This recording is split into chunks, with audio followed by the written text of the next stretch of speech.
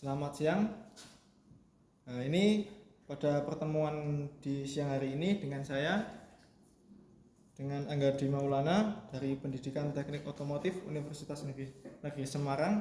Kita akan melakukan pemeriksaan pada sistem kopling ya.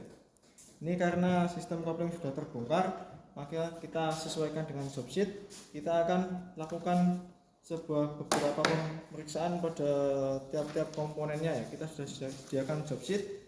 Nah, ini alat-alat yang digunakan, ada filler gauge vernier ukuran 0 sampai 150 mili, ada dial gauge, ada ini Mistar Siku ya, ada majun. Nah, kita nanti akan melakukan pemeriksaan pada plat koplingnya ini ya. Kita akan lakukan pemeriksaan pada plat disk, terus ada diafragmanya ini, ada pressure plat, terus juga ada release bearing dan release fork.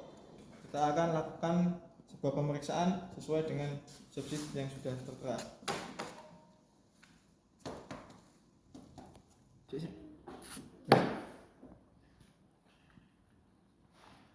Langsung saja kita mulai pemeriksaan yang pertama. Pemeriksaan kerataan plat penekan. Gunakan mistar ukur dan filler gauge. Nah, ini kita siapkan dulu ya. Kita pindahkan dulu ini. Praktisnya kita bersihkan. Ini karena bahan praktek sekolahan ya. Jadi agak korosi. Oke, kita seperti ini ya. Kita buka dulu filler gauge-nya. Kita siapkan. Ini udah tidak ada angkanya ya. Kita coba di angka yang paling kecil bisa masuk apa enggak, seperti ini ya. Kita bisa masuk apa enggak. Coba lebih kecil lagi. Masih bagus ini.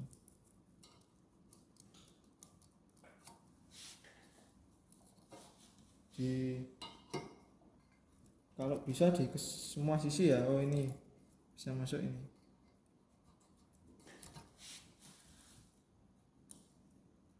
Untuk kerataan ya ini ya, tolong di zoom sebelah sini ya.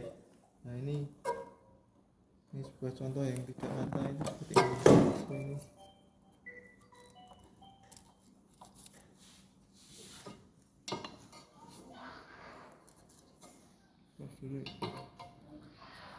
Oke. Oh, ini filler gauge ukuran 0,05. Kita tulis di job sheet ya, 0,05 mili. Nah, untuk batas spesifikasinya itu 0,3 mili.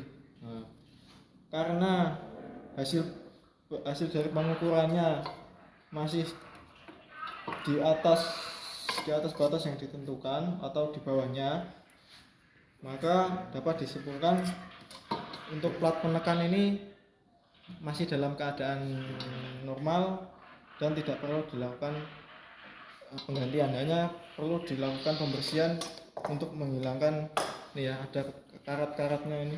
Kita bersihkan, kita tulis di sini ya. Kesimpulannya baik, tidak perlu dilakukan penggantian, hanya perlu dilakukan pembersihan. Oke. Untuk pemeriksaan yang kedua yaitu pemeriksaan secara visual dengan melihat apakah ada kotoran, luka bekas gesekan atau terbakar pada plat disk.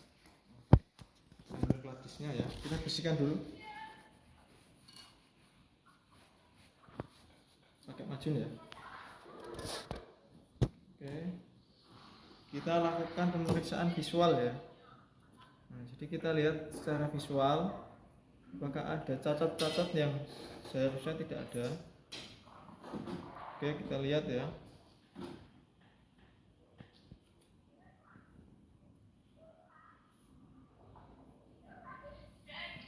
Secara visual masih dalam keadaan baik, hanya saja terdapat semacam karat di sisi-sisi torsion damper ya.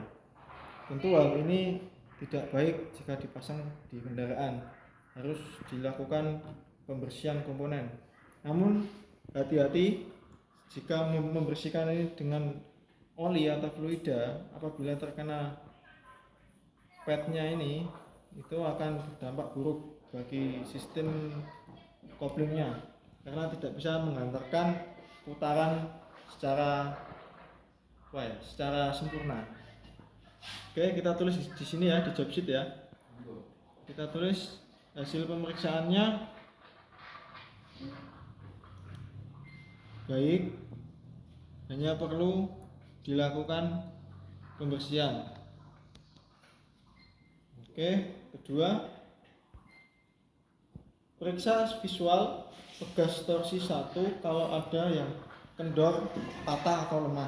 Oke. Kita periksa ya torsion dampernya. Nah, ini pegas-pegasnya nih masih sangat bagus, kencang. Nah, ada satu yang macet, tidak bisa diputar dikarenakan terlalu banyak sisi-sisi yang berkarat. Solusinya kita lumasi dengan chain loop bisa, atau kita bersihkan menggunakan WD 40 ya. Untuk pembersihannya kita lakukan dengan hati-hati. Nah, ini ya, kita gunakan WD 40 untuk membersihkan sisi-sisi torsion damper yang berkarat. Coba Mas di zoom. Nah, ini kita bersihkan sisi-sisi pad itu kita tutupi dengan kain atau benda-benda, pokoknya bisa nutupi lah supaya tidak terkena WD ini. Kita semprotkan saja secukupnya saja. Oke, sembari kita tunggu. Nah, ini bagian sisi sini semprot saja. Kalau bisa itu jangan pakai oli. Kalau pakai oli kena disklatnya, kena padnya ini, nanti bisa slip koplingnya. Kalau pakai WD itu mudah kering. Oke, ini sudah bisa sedikit gerak tapi masih tidak bisa ya. Kalau yang normal kan seperti ini bisa gerak. Ada gerakan. Torsion damper fungsinya untuk menjaga kestabilan supaya mengurangi vibration. Oke, kita tulis di job sheet ya hasil pemeriksaannya. Torsion damper ada satu yang pegasnya macet. Kesimpulannya hanya perlu dilakukan pembersihan karena tidak ada yang lemah atau patah pegasnya. Oke, lanjut ke pemeriksaan selanjutnya, yaitu pemeriksaan plat kopling terhadap kausan atau kerusakan. Ini plat kopling di plat ya, ada padnya ini, itu ketebalannya kita ukur menggunakan vernier caliper. Oke. Sebelum melakukan pemeriksaan menggunakan alat ukur, tentu kita harus membersihkan komponennya terlebih dahulu supaya tidak terjadi kesalahan pengukuran dan lain sebagainya. Oke. Sebelum kita gunakan juga kita harus pastikan bahwa vernier caliper ini sudah terkalibrasi garis 0 bertemu. Oke, kita ukur kedalamannya. Kita ukur kedalaman kepala paku keling minimum. Oke. Kedalaman paku keling.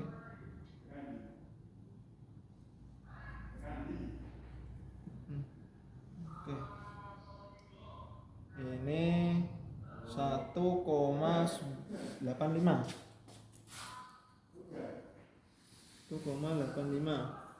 Sedangkan spesifikasi tertera di sini minimum 0,3 mili. Nah, hasil pengukurannya 1,85.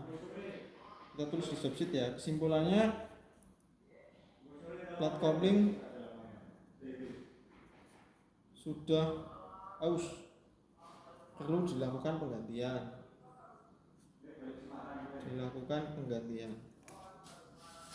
Oke, kita bersihkan dulu ya platnya. Setelah itu pemeriksaan yang kelima, yakni pemeriksaan keolengan plat kopling. Nah, kita akan gunakan dial gauge untuk memeriksa ini ya, keolengannya ya, run out. Tapi sebelum itu kita lakukan dulu pemeriksaan. Nah, ini pemeriksaan pegas diafragma terhadap keausan menggunakan vernier caliper. Ini nanti kita run out, kita ukur ya tahap paling akhir.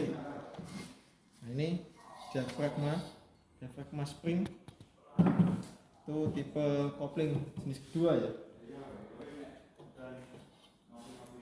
Oke, kita ukur kedalaman dan lebar pegas diafragma. Dalamannya kita gunakan ini ya, seperti ini. Dalaman diafragma, oke. Itu hasilnya 3,35.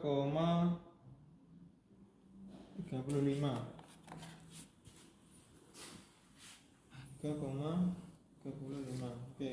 Limitnya di sini 0,6. Apabila kedalaman lebih dari 0,6, maka itu dapat dikatakan aus karena celah yang tertekan itu banyak.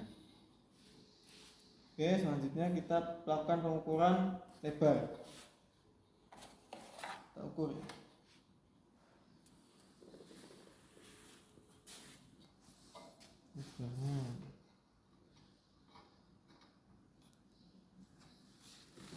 Oke, lebarnya itu 7,60.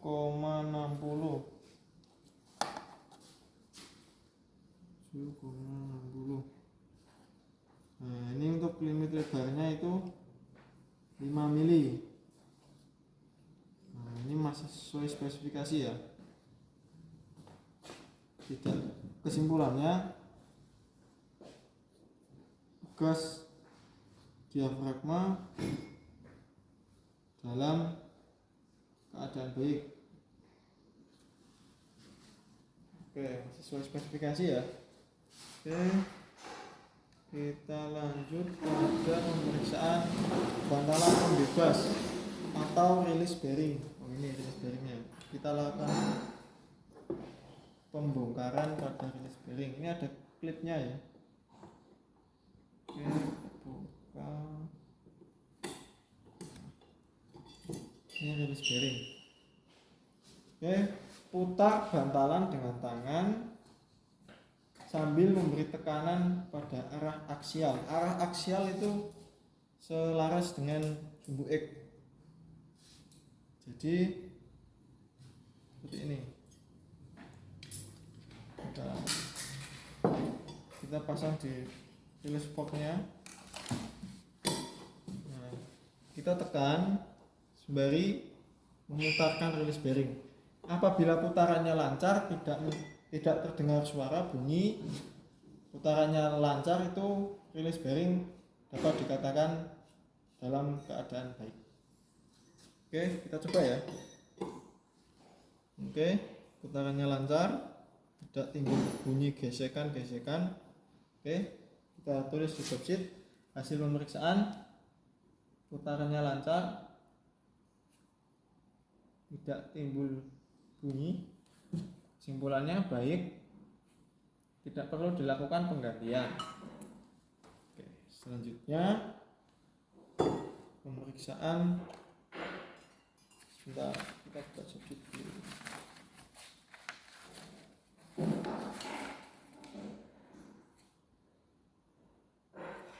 Ini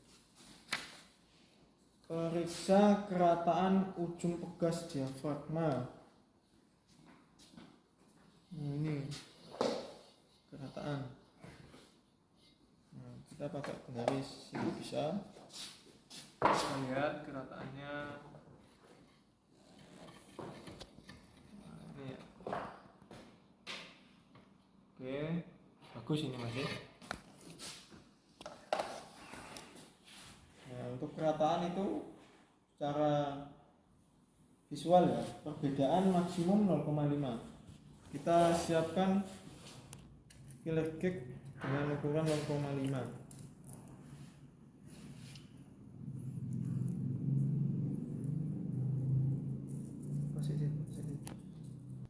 Oke, kita periksa kerataan bekas diafragma ya. Kita gunakan penggaris itu bisa satu sisi ya. Jadi ini ada 1, 2, 3, 4, 5, 6, 7, 8, 9, 10, 11, 12, 13, 14, 15, 16. 16 bagi 2 lah 6. Jadi ada 16 bagi 2 8. Jadi ada 8 sisi yang harus diperiksa kerataannya. Kita siapkan filler cake dengan ukuran 0,5. Oke ya. Oke, bagus. Oke, bagus. Kerataan ini penting sekali. Kalau tidak rata harus dilakukan penggantian. Tidak bisa ini dilakukan kalau bengkel-bengkel pokok itu sulit. Harus dilakukan penggantian. Satu paket ini ya. Oke. Saya tulis dulu. Perbedaan maksimum 0,5. Kita tadi sudah cek, tidak ada perbedaan, maka dapat dikatakan bekas diafragma dalam keadaan baik. Oke, selanjutnya kita masuk ke pemeriksaan runout ya. Kita siapkan,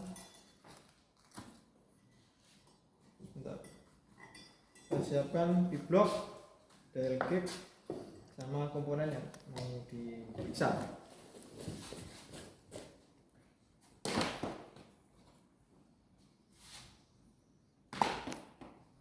Pada pemeriksaan selanjutnya kita periksa keolengan roda penerus. Sebelum itu kita periksa bantalan pilotnya terlebih dahulu. Ini tidak ada bantalannya ini. Oke, karena bahan praktikum tidak terdapat bantalan, maka kita skip. Selanjutnya kita langsung saja periksa keolengan roda penerus atau flywheel. Yang dibutuhkan adalah dial gauge. Oke, kita set dulu. Set penempatannya, kita on kan magnetnya supaya nggak pindah-pindah. Oke, kita set ini ya. Kita set. Ini sebentar. Ini harus tegak lurus ini. Kalau nggak tegak lurus dia nggak bisa. Oke, ini tinggal kita turunkan. Sebentar, gini gimana? Nah, tinggal kita setting ke gini. Oke. Nah, ini harus benar-benar lurus, tegak lurus. Kalau tidak tegak lurus, hasilnya enggak maksimal. Kita harus tegak lurus.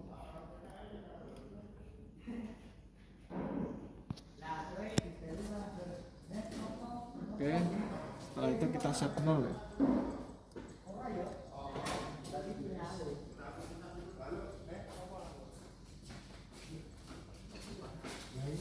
Kita set 0.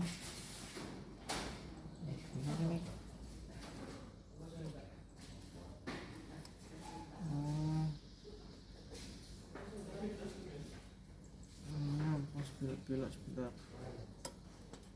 bentar. Pause dulu juga boleh. Oke, sudah 0 ya. Bisa di zoom juga tidak apa-apa.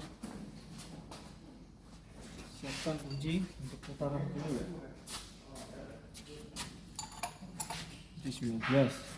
Oke, kita putar dulu. Gitu ya. Kita cari angka tertinggi.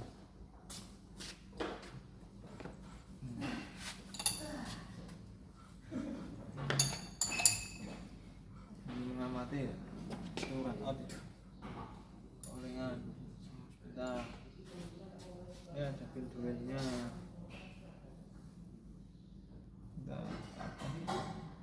Untuk angka sementara kita sudah dapatkan 0,8 mili. 0,08 maksud saya, karena ini kan spesifikasi 0,01. Oke, kita lagi. Oke, oh ini masuk banyak nih.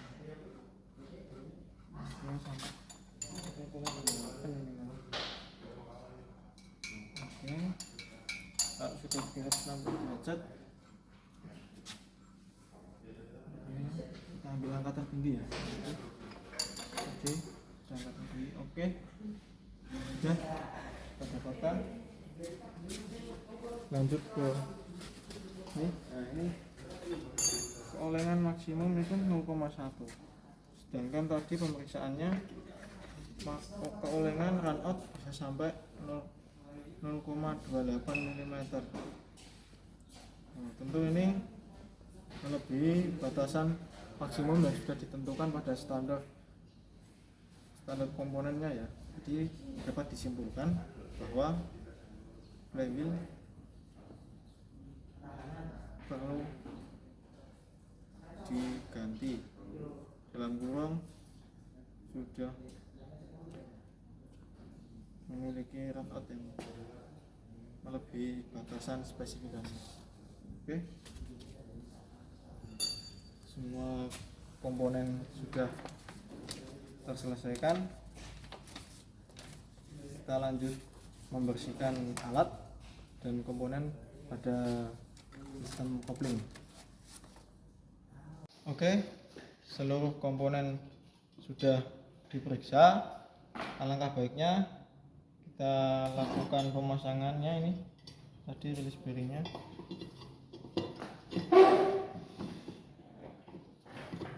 Oke, sebentar. Ini ada semacam klipnya. Oke, rilis bearing sudah terpasang. Kita rapikan dan kembalikan komponen pada tempatnya. Jangan lupa bersihkan alat dan bahan sebelum dikembalikan. Sekian, terima kasih. Apabila ada kekurangan mohon dimaafkan. Apabila ada tambahan bisa langsung dituliskan di kolom komentar ya. Terima kasih.